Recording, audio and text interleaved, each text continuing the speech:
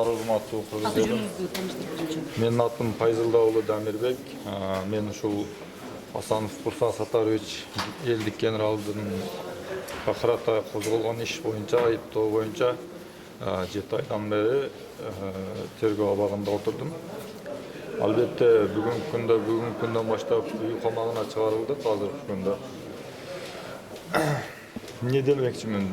Биринчиден генерал Асанов Курсан Сатарович бул ошол күnkү мен өзүмдүн жеке көргөн көз карашым бул жерде.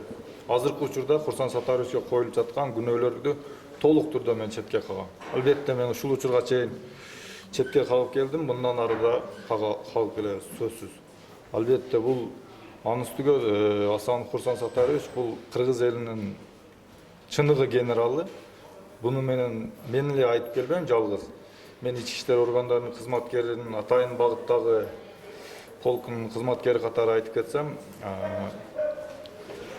бүт ички иштер органдарынын атынан айтып кетем, бул Асанов Курсан Сатарович албетте кыргыз элинин керегине жараган мыкты патриот инсан, чыныгы генерал экенин кыргыз эли, коомчулук бүт баары билет албетте.